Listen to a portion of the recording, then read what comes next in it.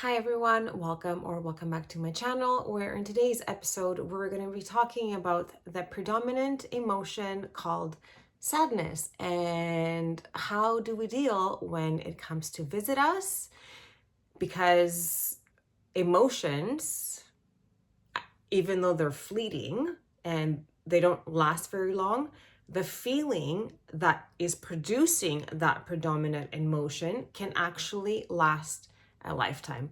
So what do I mean between the difference of emotions and or feelings? We're going to be looking at this emotional wheel that we were given in school, and we're going to be focusing on the blue, like the blue little cone part, because that is sadness. So these are the predominant emotions that a human experiences, and then all these around them are the feelings. So feelings can last a lifetime, we were taught, and then emotions are fleeting. But when sadness comes in, this is when we get a little bit stuck in what has happened to us in the past. And very often, if sadness does dominate us and prevails, then things such as depression come about. And yeah, so how do we overcome this so we don't get to the point that it overtakes our life, and we can harvest that energy, transmute it right back into joy and gratitude and positivity for what we have experienced in our life so far, so then we can elevate our vibrational frequency so we can get out of the state of sadness. Because if we are in the state of sadness, we're going to be bringing in more experiences to make us like to essentially continue to make us be in a sad state. So we do have full control.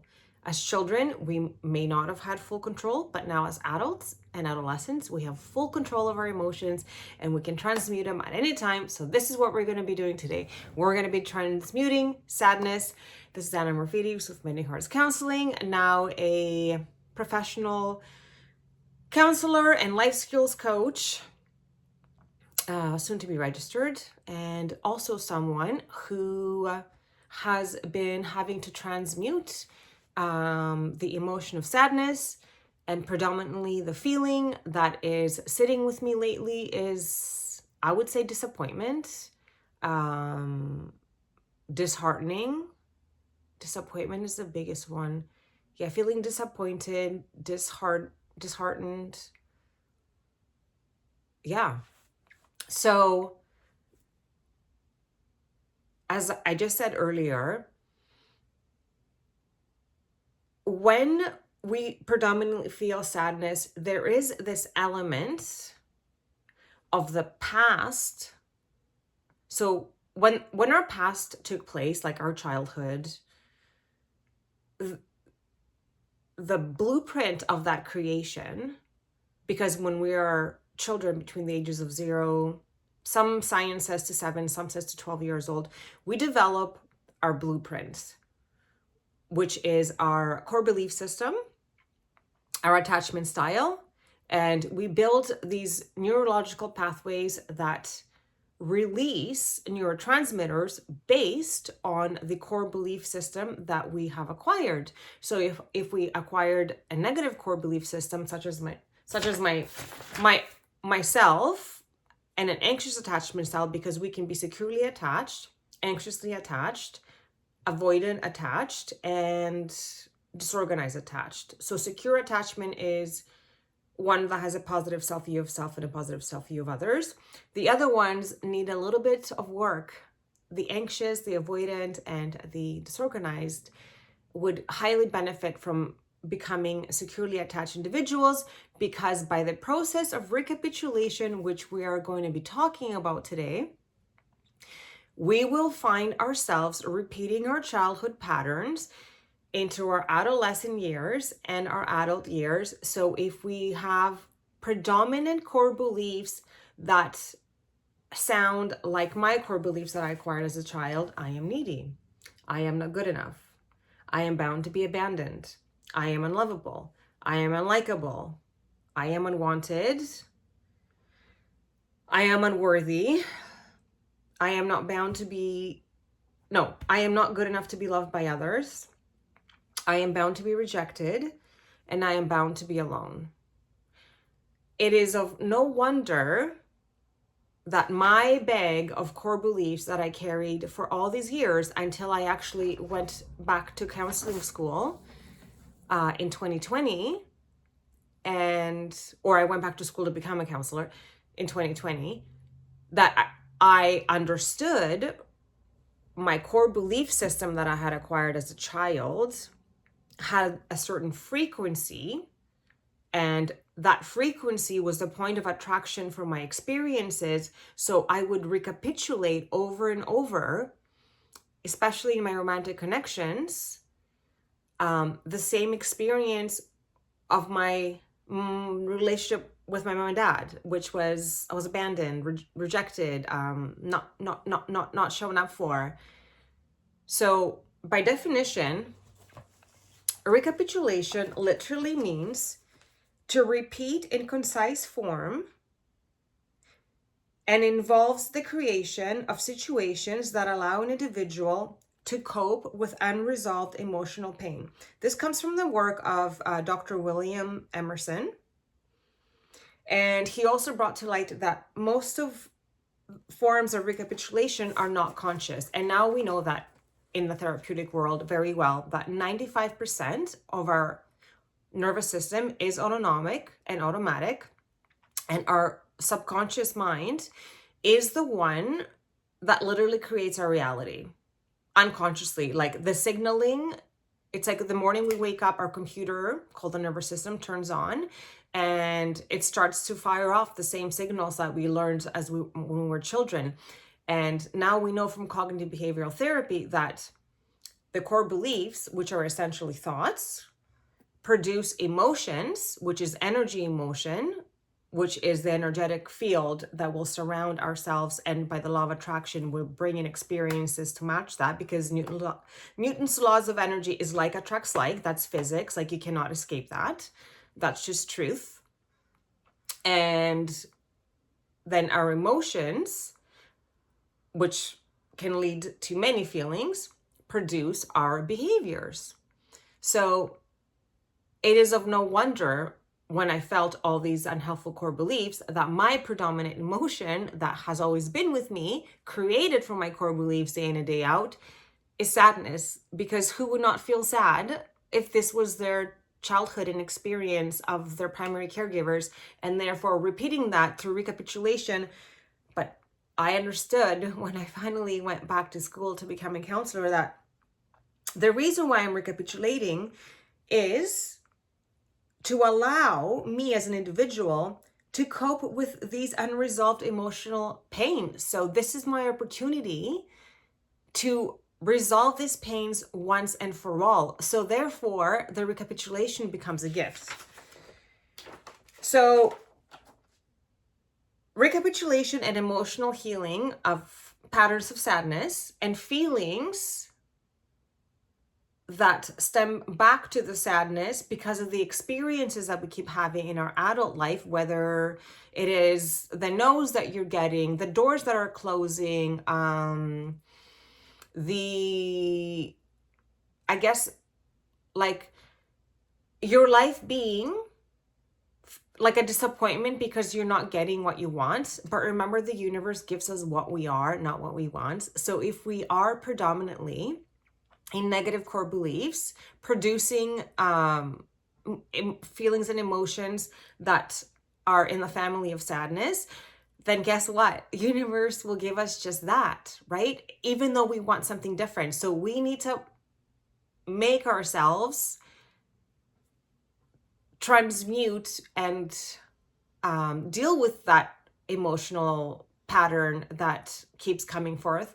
And then once we do that, then we can become that which we want, and then universe will respond to that. So emotional healing of sadness or the other emotions, there's anger, fear, disgust, and sadness, and then we have joy. But these are the ones that we want to deal with. So anger, actually, I'm not going to go into anger. I'm just going to stick to sadness for today. So sadness is a fear essentially of recapitulating the past or the aftermath of your past still staying with you. So let's resolve that, because emotional healing involves bringing consciousness to the recapitulation process and creating a safe environment for past emotional pain to be dealt with, and developing insight into patterns of recapitulation as a powerful first step to reclaim emotional wellness. So this is what I have done a lot of in school, because it was very much an experiential learning process, which means all the modalities that we were learning, we had to practice with and in each other, so we can become our best version of self, so then we can help others become their best version of self. So how do we transmute the sadness? First of all, I had to work on all of these core beliefs. And this morning I woke up and I was crying, and I was trying to figure out, like, what's the sadness still trying to say to me? Like, which of these core beliefs have I not mastered to transmute? And then I realized it's my unworthiness still, that I am unworthy. Like, I'm not worthy of love. I'm not worthy of success. Like, I'm not worthy of money. I'm just not worthy of things. So how do we do that? Then I do gratitude, because when you do gratitude is the quickest way to elevate your vibrational frequency. So gratitude in this case would help me the most, because if I'm feeling unworthy, is to do gratitude for myself where I feel worthy. So I am so grateful that I finished my practicum, and this is true story, with a 98.88%, which is like amazing. I am so grateful that I prioritize the health of my body, and like I sleep well and I exercise well and I try to drink lots of water. I am so grateful for me that I am a really good counselor and I really help my clients. I am so grateful that I have this channel which allows me to share all this golden nuggets and like valuable information without any fear. Like, yes, I should be very proud of myself for that. So this is how gratitude can help elevate us out of a negative core belief. So say if my negative core belief was I am unwanted, which was one of them, then I would give gratitude to myself for all the things that I feel wanted in. Like, I'm so grateful that my classmates always wanted me to be part of their projects, or I'm so grateful that my children really want me to be their mama for the rest of their lives. And I'm so grateful that I am wanted by like clients, like people want to work with me. So that's step one, transmuting it. Then there's another, I love journaling. Is it called conscious writing? Conscious streaming. I literally wrote a letter today to my parents and all the masculine energies in my life that helped me realize where my sadness is stemming from, and my disappointment and my disheartenment, and then like how much I want to let that go and how much they've helped me grow into the person that I am today. And there's no resentment and or blame, but like I also chose this, right? I truly do believe that our soul chooses its path, and this is something that I chose because in order for me to be a really great counselor, I had to experience all this on my own, so I can physically apply the work to myself to transmute all these, so then I can believe in its process, because I believe in its process because my life is very different and I know how to transmute things now. And I'm going to put my glasses on, because even though like yeah, before I started doing this work, like I felt pessimistic, abandoned, hopeless, upset, vulnerable, disappointed. Did I feel miserable? Probably. Worthless, lonely, depressed, heartbroken. Heartbroken is a big one. Anxious, rejected, like agony, distress, despair, hurt, all that, all those feelings are part of the predominant emotion of sadness. And all of these core beliefs that I kept alive in my body, and they were recapitulating the same energetic frequency through the emotion of sadness, would bring in more experiences where I would continue to feel this until, like I always say, I went back to school in 2020 and I started to become like I wanted to become a counselor, and then I had to do all this work, and then I had to transmute all of this. So affirmations also work really well. So we've talked about gratitude, we've talked about conscious streaming, where you can just like literally like write out your thoughts and your feelings and emotions. I actually burnt it. I wrote that letter. I just burned it. My fingers still smell like burnt lighter. But careful when you burn it, because I actually stained the toilet one time when I was trying to flush it down there. I would say probably do it outside, but be careful not to let, yes, I mean, it's, yeah. Okay, so conscious streaming, affirmations, like literally look at yourself in the mirror and say, I am worthy. I am worthy. Every time you catch a glimpse of yourself in the mirror, I have a mirror literally in my drawer right here. And I've used this with my daughter all the time. I've had her do mirror work as well.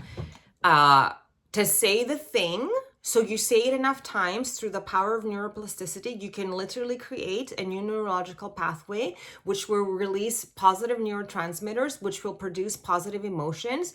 And this is how we started to transform our inner state of being and give ourselves a corrective experience, and then we can stop recapitulating our past because we are dealing with it, so then we can produce different emotions. And sometimes like not one size fits all. Like, okay, so I did gratitude. Writing out that letter felt very good, and burning it. And then now we know that the body, the soma, as it's called in Greek, soma, body, somatic therapy, because they're so connected closely, the mind and like the nervous system in our body. It's called the vagus nerve, the biggest nerve that runs from here to here. So the vagus nerve connected to our brain. It's like a highway of information going back and forth. If the body is reliving that same story of your negative core beliefs, it will have to also be transmuted in order for the two to work in conjunction together to get you out of that energetic frequency, to help your vibrational point of frequency elevate, so then you can bring in more elevated experiences to your life and really feel your work.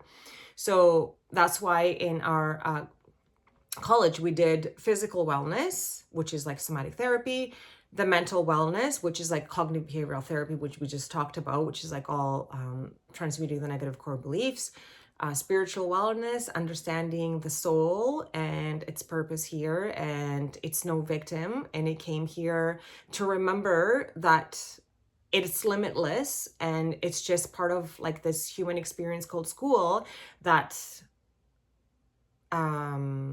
we forget who we are, and we come here on planet Earth to remember and break through these limiting beliefs and remember like that we are unlimited in potential and possibilities to experience life.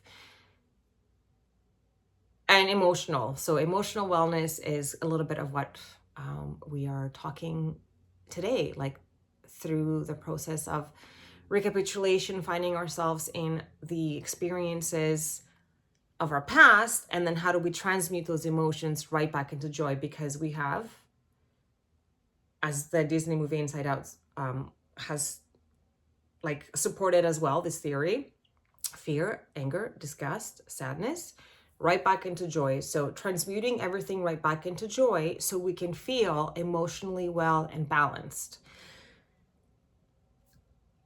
Excuse me. One of the somatic therapies that has really helped me is called electronic emotional freedom technique, which is all about tapping. So we tap in on 7 parts of our body.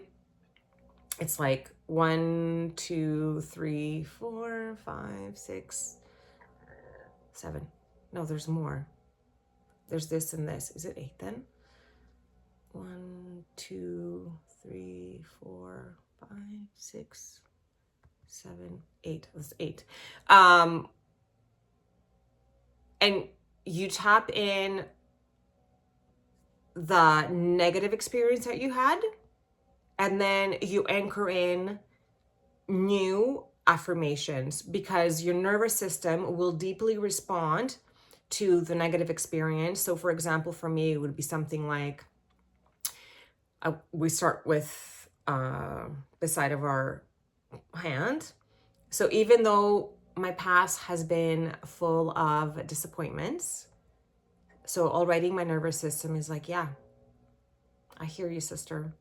Like, it really resonates with that, because it knows, like, that's what it has stored. Like, that's what it knows. It knows disappointment. I fully love and I accept myself. And then you start to anchor in like new experience that you want to have. I will, because I'm not certified in this yet, I will link below my favorite EFT practitioner. And I actually messaged him today to see if he would like take requests from public and like make tailored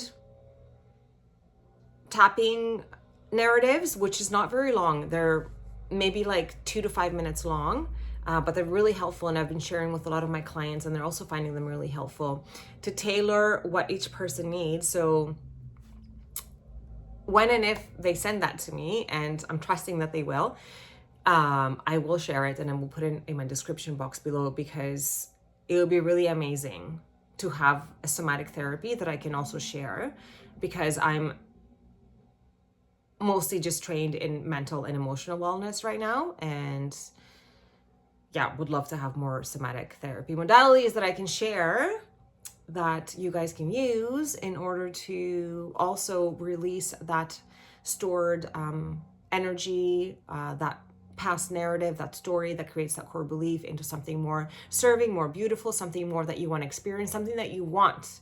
So you can become that version of what you want from the universe. And as I'm looking at notes to make sure that, and the time is at 23 minutes. Okay, so that's good. I feel like I touched upon everything. Remembering that sadness is getting stuck a little bit in the past, and our body and our nervous system, like essentially being afraid of like repeating it or just expecting it, because the unconscious purpose of recapitulation is to bring traumas into the light where they can be seen and resolved, as we said before. But why do we do that? It's because our brains naturally gravitate to the familiar, even if it's painful. So we gravitate to the experience that we had in the past, even though they were painful, sad, disheartening, disappointing. That's what our body knows. That's what the frequency is. That's what it brings in. But when we find ourselves in those situations, this is our chance to free ourselves. And hopefully this video was able to shed some light into how one can begin to free themselves from these. And if you have any questions, or you want me to tailor something specifically to you about another predominant emotion and or feeling that you have that you want to transmute and or understand where it came from and change so you can start to experience something different, please email me, put it in the description box below. All my information is there. And yeah, then we can change our subconscious blueprint, because our blueprint is our personality, and our personality literally creates our personal reality, like Dr. Joe Dispenza says and has reminded us in many of his videos. I am so grateful. Again, thank you so much. This is already like making me feel so much better. Remember that we're always in control and power. Everything is always happening for us, even the most challenging of situations. It's recapitulating because it just needs an opportunity to be transmuted and to be set free. And we can do that with so many different modalities now. Yeah, so again, with all of my love and gratitude, thank you for allowing me to be here on this platform, transmuting my things. And like Buddha says, if we can manage to be 50% happy in life, we are winning. And remember, I have 2 quotes to share because these are really helping me today. Why does every no I hear just clear the path for a better yes? Why does every no I hear just clear the path of a better yes? And I forgot to write the second one down. I don't think I remember it, but I'll find it and I'll put it in the description box below, because these 2 mantras, that's another way to transmute sadness, disappointment. Because if a disappointment came from a no, like remembering, why does every no I hear just clear the path for a better yes? I mean, hello, like what a better reminder to transmute that disappointment that comes from a no. With all my love and gratitude, I'll see you next time.